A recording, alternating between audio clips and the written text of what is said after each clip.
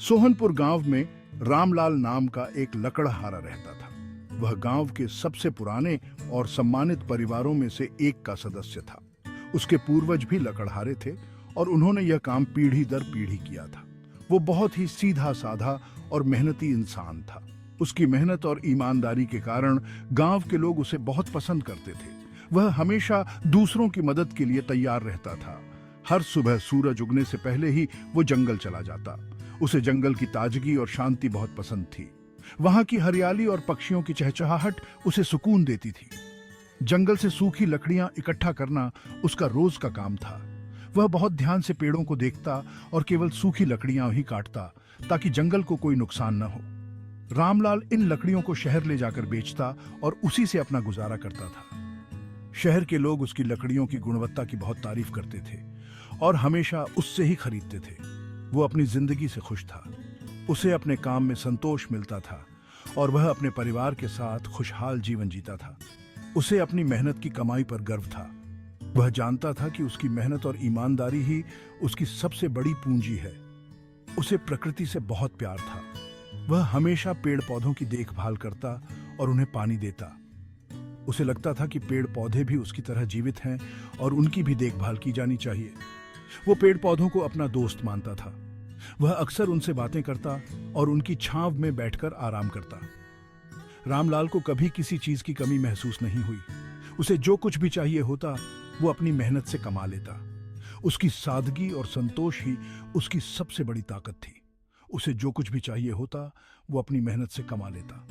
उसकी मेहनत और ईमानदारी ने उसे गांव में एक आदर्श व्यक्ति बना दिया था। लोग उसकी प्रशंसा करते और उससे प्रेरणा लेते थे। कुछ समय बाद रामलाल की शादी हो गई। उसकी पत्नी बहुत सुंदर थी, लेकिन साथ ही बहुत खर्चीली भी। रामलाल की पत्नी को शहर के नए नए कपड़े और गहने बहुत पसंद थे। वो अक्सर रामलाल से पैसे मांगती। रामलाल अपनी पत्नी से बहुत प्यार करता था। वो उसकी हर ख्वाहिश पूरी करना चाहता था, लेकिन उसकी पत्नी की बढ़ती मांगों को पूरा करना उसके लिए मुश्किल होता जा रहा था। रामलाल अपनी पत्नी की मांगों को पूरा करने के लिए परेशान रहने लगा। उसकी पत्नी हमेशा चाहती थी कि उनके पास भी दूसरे लोगों की तरह सुख सुविधाएं हों। रामलाल को यह चिंता सताने लगी कि वह अपनी पत्नी की इच्छाओं को कैसे पूरा करेगा। उसे अब ज्यादा पैसे कमाने की जरूरत थी। वह दिन रात इसी सोच में डूबा रहता कि कैसे अधिक पैसे कमाए जाएं। उसकी पत्नी की बढ़ती मांगों ने उसे और भी चिंतित कर दिया। उसने सोचा कि अगर वो ज्यादा लकड़ियां बेचेगा तो ज्यादा पैसे कमा पाएगा। रामलाल ने अपने काम को और भी मेहनत से करना शुरू कर दिया। वह दिन रात लकड़ियां इकट्ठा करने में जुट गया। रामलाल ने सूखी लकड़ियां इकट्ठा करना छोड़ दिया। उसे लगा कि सूखी लकड़ियों से उसे उतना मुनाफा नहीं होगा जितना हरी लकड़ियों से हो सकता है। उसने हरे भरे पेड़ों को काटना शुरू कर दिया। उसे लगा कि हरी लकड़ियों से उसे अधिक पैसे मिलेंगे, लेकिन वह यह नहीं समझ पाया कि इससे पर्यावरण को कितना नुकसान हो सकता है।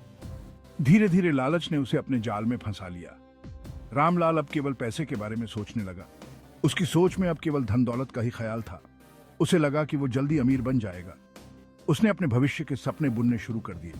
उसे विश्वास था कि उसकी मेहनत और किस्मत उसे अमीर बना देगी। एक दिन किसी ने उसे जुआ खेलने के लिए उकसाया। रामलाल को लगा कि जुआ खेलकर वह जल्दी से जल्दी अमीर बन सकता है। उसने बिना सोचे समझे जुआ खेलना शुरू कर दिया।